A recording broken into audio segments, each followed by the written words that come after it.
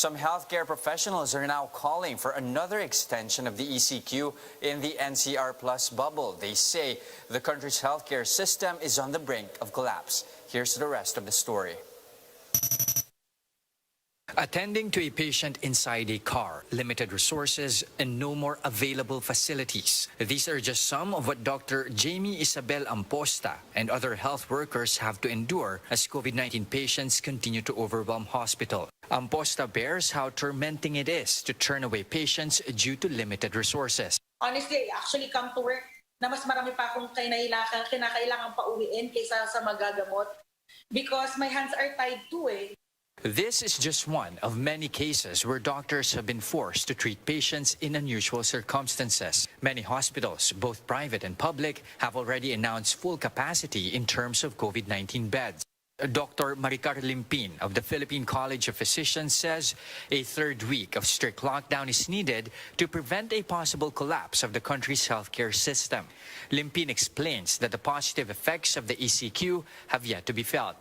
I think makikita natin ang bali second week, no? We're on the second week. Makikita pa natin ang result nito after 2-3 weeks. Yeah. So, but I think we might need to have another week. At least one more week. Yeah. At least one more week. Yes, at least one more week. Para medyo kasi malaking bagay yung nare-restrict ang mobility ng mga tao.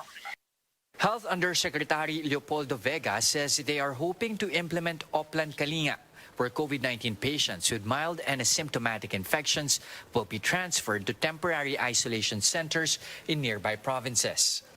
In fact, yung Manila Times sa Subic na doon, sa Subic, in-convert na ho namin yan into isolation center and gamitin din namin yung hospital doon, mga 250 beds yun.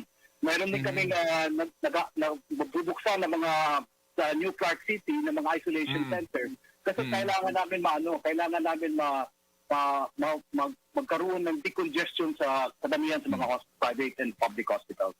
For his part, Dr. Jaime Almora of the Philippine Hospital Association is urging the Food and Drug Administration to make rapid antigen test kits commercially available, at least in COVID hotspots. Of surveillance, pwede pa rin yung RT-PCR at confirmatory, pero yung tagal kasi, napakatagal na panahon na nag-rely tayo sa RT-PCR, nandiyan na naman yung rapid antigen test.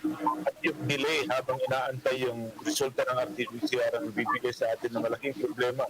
Dahil yung mga positive cases dahil nakakakawa ng iba habang inaantay yung mga resulta. Dr. Limpin, meanwhile, is asking those experiencing flu-like symptoms to go to community health facilities first instead of directly going to hospitals. Kayong, kunyari, nilagnat kayo ng konti o kaya parang ang feeling ninyo, meron kayong parang flu-like symptoms, kailangan magpunta na ho tayo doon sa community health facilities natin. Not immediately to the hospital. Kasi yun sa community health facilities natin, sila na yung magdi-determine kung kailangan ninyo ng hospital care. Limpin notes an exemption for senior citizens and those with pre-existing medical condition. Jess De Los Santos, we are One News.